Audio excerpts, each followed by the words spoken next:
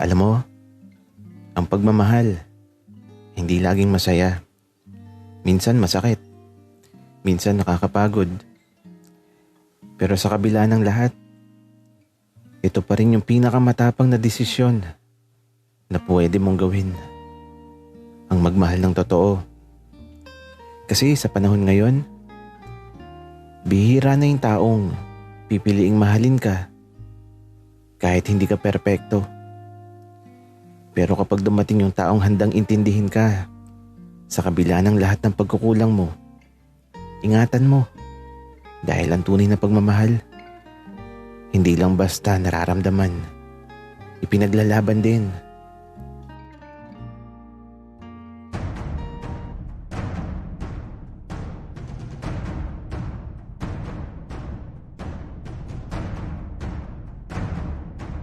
Kaibigan, huwag mong kalimutan mag-subscribe sa aming channel at huwag din kalimutan i-click ang notification bell at subscribe button. Subscribe na!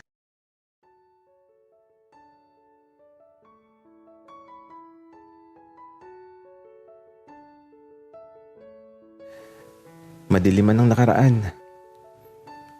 Hindi pa din nawala yung pag-asa na muling matatagpuan ang liwanag patungo sa mundong iibig pa din sa taong minahal na hiniling sa langit.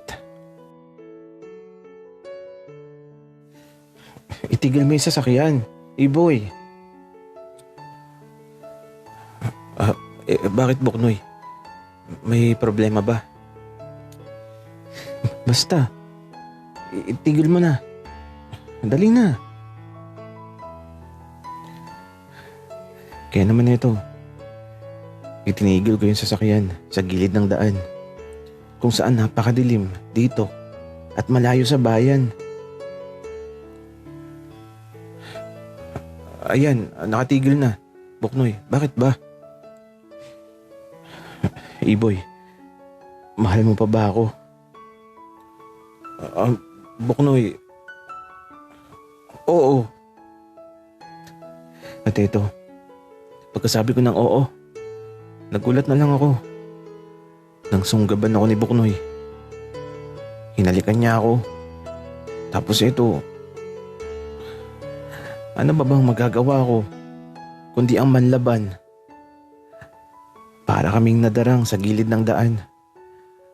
Hanggang sa umabot sa puntong bumaba kami ng sasakyan na teto sa gilid ng daan. Dito na nangyari ang lahat. Hindi ko alam kung nasan kami. Walang dumadaan. Madilim at napakatahimik. At mula sa gabing tanging mga bituin ng saksi, hindi ko maitatanggi na mahal ko pa din talaga si Buknoy. Kaya pasasayahin ko siya hanggang sa abot ng aking makakaya. Alam niyo na siguro ang nangyari. Yung mga mahilig sa outdoor. Alam niyo na yun. Kaya ito, matapos ang kaganapan. Buknoy, okay ka lang ba? Okay lang, Iboy. Ang sakit ng tuhod ko. At eto, natatawa na lang ako. At sa mga sandaling to, nagpatuloy na kami sa biyahe namin patungo sa kahit saan. Kung saan man kami makarating, ang mahalaga, masaya kami. Kaya ito, magkahawak yung kamay namin, hindi bumibitaw. Buknoy, saan mo gustong magpunta? Sa bahay, Iboy. Papakilala na kita kay na Papa. Sige Buknoy. Sabik na akong maging legal ang lahat.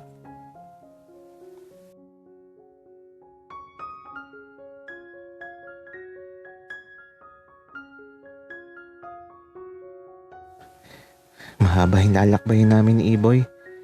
Sasakay kami ng barko, kaya ito, mahaba talagang oras namin na parang kikilalanin namin ulit ang isa't isa.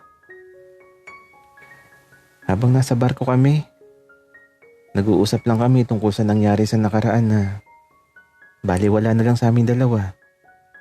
Kasi ang mahalaga masaya kaming magkasama. At sa paglipas ng mga araw at gabi sa barko, pakiramdam ko buong buo na ulit ako. Yung sobra-sobra na yung kaligayahan na nadarama ng puso ko.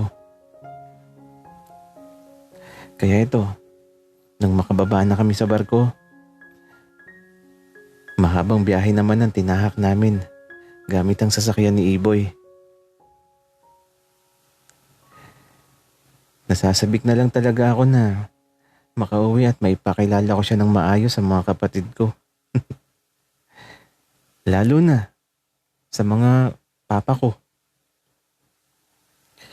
At bago pa lumubog ang sikat ng araw, dapit hapon na nang makauwi kami sa hasyenda. At pagpasok ng sasakyan sa loob,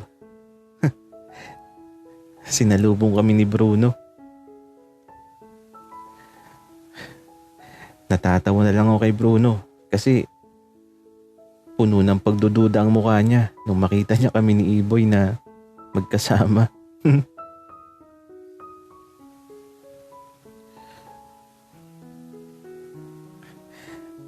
Andito na ako, Bruno. Si Iboy pala kasama ko. Bruno, kamusta?